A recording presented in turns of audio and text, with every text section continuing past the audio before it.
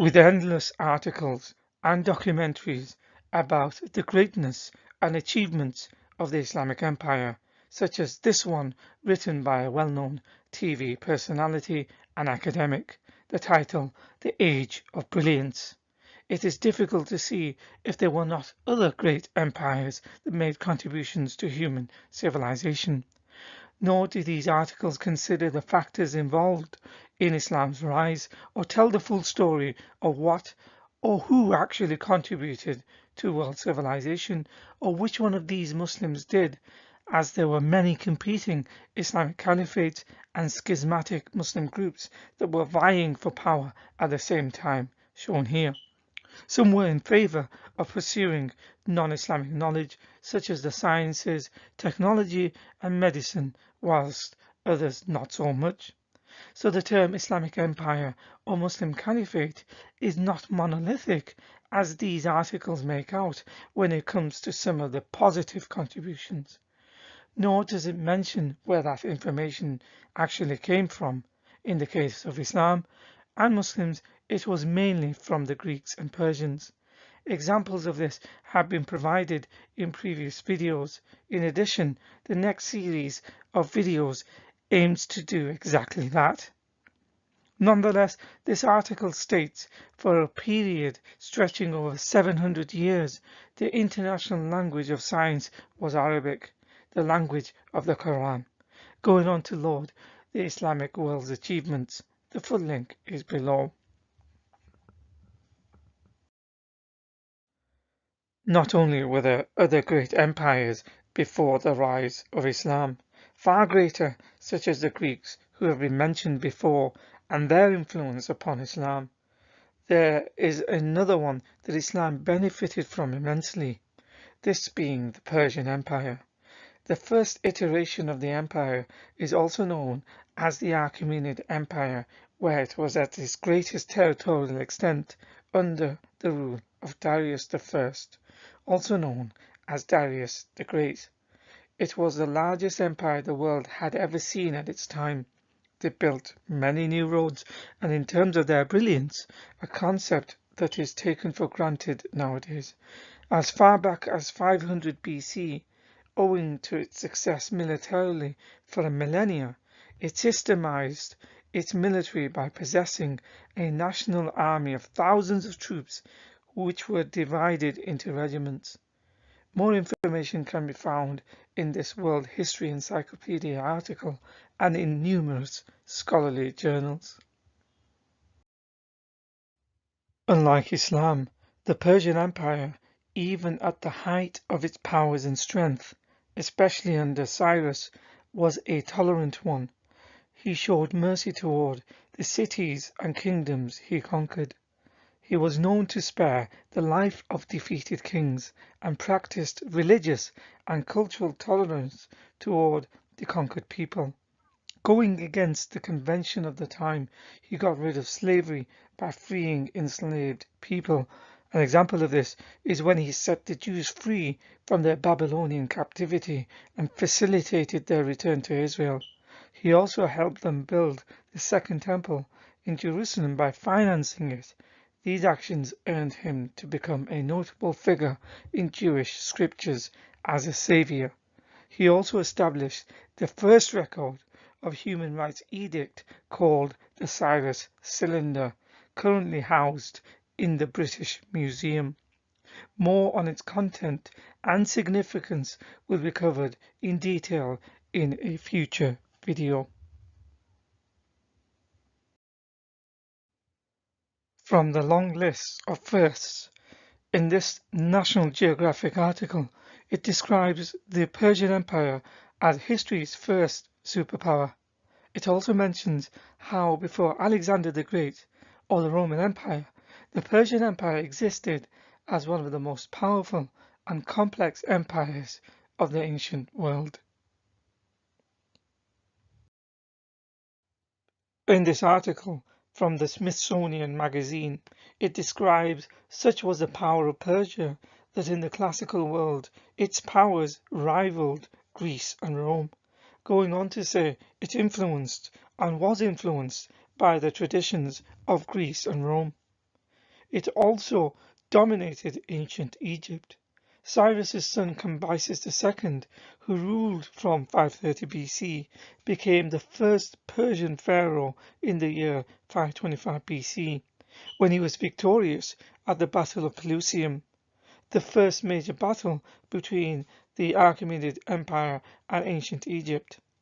The Persians won by engaging in the world's first psychological warfare. He also sent an envoy to the various Arabian kings asking for safe passage through the region under his dominion. Thus Cambyses made a major contribution to diplomatic relations by establishing the world's first known ambassadorship. This video by the channel History Explained explains more on Cambyses' life and his achievements in more detail. The link is below.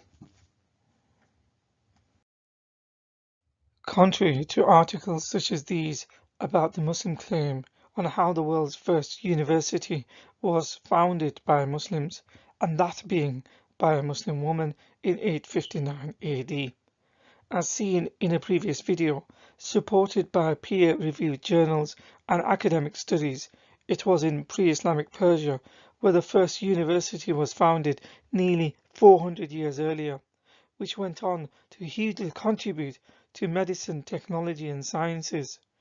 Incidentally, the Muslims destroyed the university not before it was exploited and benefited from it immensely, then went on to propel its own golden age, coincidentally which only occurred within a certain Islamic caliphate located geographically within Persia, as opposed to other Islamic caliphates before or contemporaneously who did not advance to the same extent.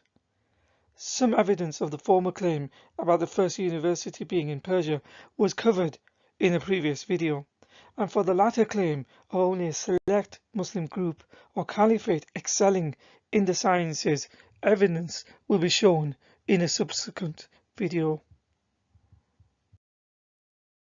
The other first, and of its brilliance, given how long it was developed, something described as not short of a miracle in this article by UNESCO, is that they invented a unique type of wind power machine called Aspad. The Britannica mentions some of the earliest known windmills are to a Persian millwright in 644 AD.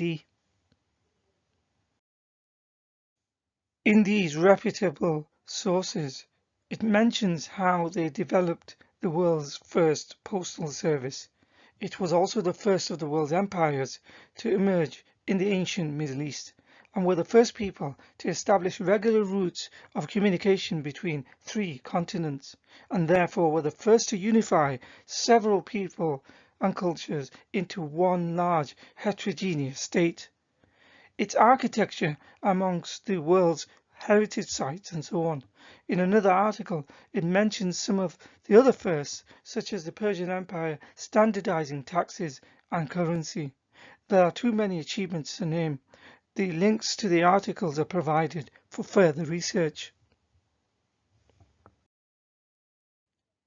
Another first is that the Persians had the first monotheistic philosophy in Zoroastrianism, which was the official religion of the empire.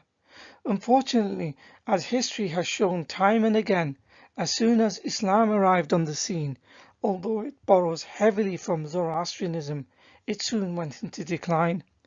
This is explained in this article found in the British Library website by Oxford University educated SOAS Professor of Zoroastrian Studies, Dr. Almut Hintze. As Zoroastrianism is the world's first monotheistic religion, it inspired other religions such as Judaism, a religion that later influenced Christianity and then Islam. This is cited in numerous studies, including this one submitted as part of a PhD dissertation to the University of California. It says Zoroastrianism inspired a unique form of religious and racial toleration as opposed to the political rivalries attributed to belligerent city-state gods. Going on to say, quote, Although Zoroastrianism endured a sharp and dramatic decline after the Muslim conquest of Iran, its legacy lives on. This legacy has been unjustly ignored by historians of political ideas. It played a major role in the development of numerous cultural philosophies, and it had more influence on the history of human religion than any other faith. In this BBC article talking about Zoroastrianism, it says the obscure religion that shaped the West. It is said to have inspired great philosophers, suggesting that what many take for granted as wholesome Western ideals, beliefs, and culture may in fact have Iranian roots. Going on to say it introduced to mankind its first monotheistic faith. Here is another article that says Zoroastrianism was a key influence on both Christianity and Judaism. Quote, its teachings and mythology heavily influenced the Judeo-Christian tradition, leaving a legacy lasting thousands of years. End quote. So by extrapolation, it stands to reason that this would also include Islam as another religion influenced by Zoroastrianism, as Islam itself was influenced by the former two religions. So in conclusion, numerous articles and documentaries boast about Islam's contribution to world civilization, without ever mentioning why one group of Muslims excelled over another, or how they themselves were benefited from and were influenced by former religions, cultures, and empires. These documentaries and articles have a tendency to whitewash history in favor of Islam in a generic way. Rather, it was the Greeks and also the Persian Empire who had a significant impact on Islam and its thought, without which the so-called misnomer of Islamic Golden Age would never have developed.